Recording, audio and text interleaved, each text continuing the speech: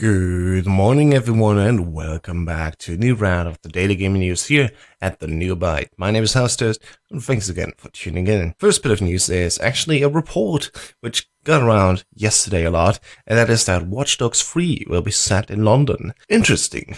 The last two parts were all set in America, and I really hope that actually this Watch Dogs might actually, take something different routes with its combat at least, because the shooting aspect always was really not the best part of it, and I really would hope to see more, creative ways to solve problems in these worlds. But we'll see how it turns out after these. What do you think about the London setting? I think Daniel and I will later talk about that as well in the video, so that's why I'll keep my impressions here very brief. Moving on, we also have some movements in the industry itself, because talking about game reports and everything, Univision is setting the Gizmodo media group, and to that, of course, also belongs Kotaku, which we use a lot of reports from, so just that you know that there's some parent company partnership training happening. The complete Gizmodo media group, for example, includes Gizmodo, of course, Kotaku, Deadspin, Jezebel, and of course also Univision's satirical humor site, The Onion. The new media company is called GO Media and is led by James Spanfeller, who's previously had senior positions with Ziff Davis,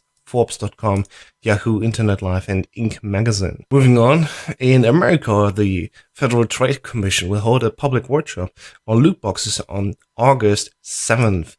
The whole thing will be live streamed, and yeah, it's going to be interesting that the government is again looking into the gaming industry and seeing how they want to regulate maybe what is loot boxes and basically gambling in video games. We're very excited to see that this is happening, because it doesn't happen very often that the gaming industry is succumbing itself so much that the government has to be involved. But sure enough, we definitely want to tune in and see what this is all about on August 7th. Then here's a cool article on Kotaku by Nathan Grayson, who goes out on explaining a lot why people are so mad about the Epig Game Store. I found this to be a very good article. This is actually a great read again, and I really would love it if you would read it, because it really helps to understand how the industry is currently moving, and that whole aspect of people being against Epig Game Store exclusives is just fascinating. Although, there's one person that actually likes it really, and that is Randy Pitchford, the CEO, as I understand it, of Gearbox Entertainment also. What is his title, actually?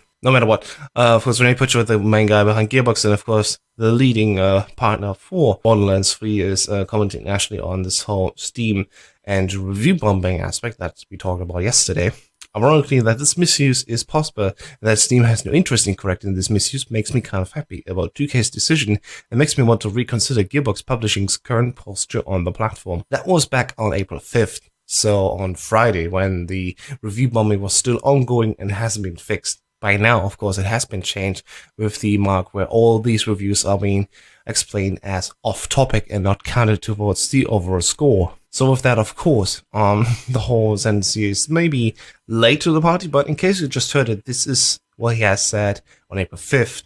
And meanwhile, Steam has actually moved on and did something with the team that they have implemented against review bombing. And the other topic that the whole industry and, of course, players at all are discussing about is Sekiro Shadows Die Twice, and whether it is too hard and deserves an easy mode or not. And with that along of also comes the aspect of, is accessibility a problem with that? Because accessibility, giving options to the players and making sometimes the games easier per se, because people, for example, with disabilities get tricks and abilities that allow them to easier progress because they are limited in what they can do, unlike an able person, for example. And here's a few voices that I want to include in today's show about, because Cory Barlog is the God of War director, and his opinion at least understands this. Accessibility has never and will never be a compromise to my vision. To me, accessibility does not exist in contradiction to anyone's creative vision, but rather it is an essential aspect of any experience you wish to be enjoyed by the greatest number of humans as possible. Sorry to all the llamas, this is just not for them.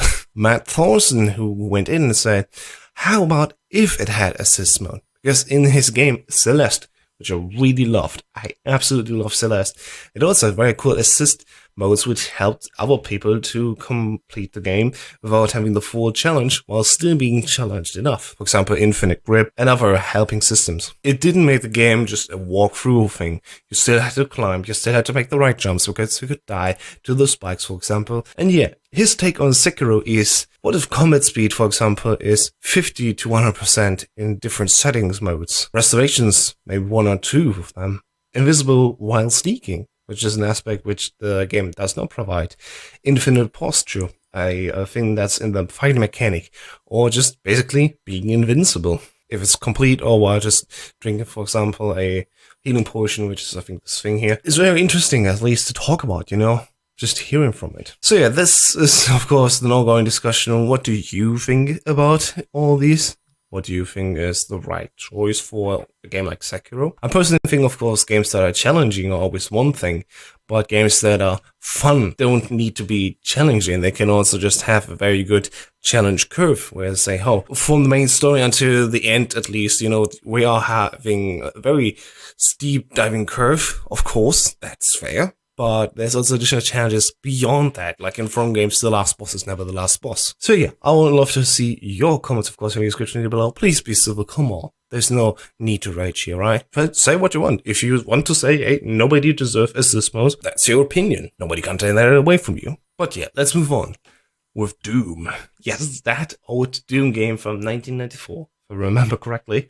It finally has gotten a new world record in speedrunning. And that is very easy to explain, because in the very first level, you just walk down that one hallway and press the button. And why it took 20 years to change this world record is very easy, because actually, it is almost impossible to improve upon that. There's a certain video explaining the whole thing here. It's very interesting, actually, how it goes on and how difficult it is to improve that 1 second inside of that game. But yeah, let's move on. For example, Reggie Fils-Aimé being sent off in a new Nintendo Direct. Possibly in this upcoming Nintendo Direct that will be held on Thursday, April 11th. He will definitely be missed, and yeah, so close to him leaving the company, which will be next week on April 15th, and then Doug Bowser taking over for the role of CEO of Nintendo of America. Could be that they will do one last announcement from his side. Maybe we'll talk a little bit about the games that are coming and have a few words at the end. So yeah, check it out on the Nintendo channels on April 11th. Then the last bit of updates this week, actually, and for the next 2 weeks, actually, you have the ARC weeks in Destiny 2. And if you missed around Halloween last year, the chance to grab yourself the Thunderlord weapon, which is a machine gun, which has a very cool perk and excellent subject rifle. You have, again, 2 weeks time to get that quest done. So jump on it if you want. It's a really good weapon. Very much fun and very strong in almost every PvP mode I know. And another streamer bit of news, actually, I found this very interesting on a personal level because I like CohhCarnage. He had a challenge where he was streaming every single day for the past 5 years. And he managed to finally get it to 2,000 days of just streaming every single day. He got 2 children, if I remember correctly, in that time. And yes, he finally did it. And last Sunday, he took a day off. So yeah, that's an incredible feat. There's a very heartwarming clip here. Check out the article down below. Congratulations for streaming that long, without going crazy at least. And yeah, good luck for the next 2,000 days again. And that's the last funny bit of news.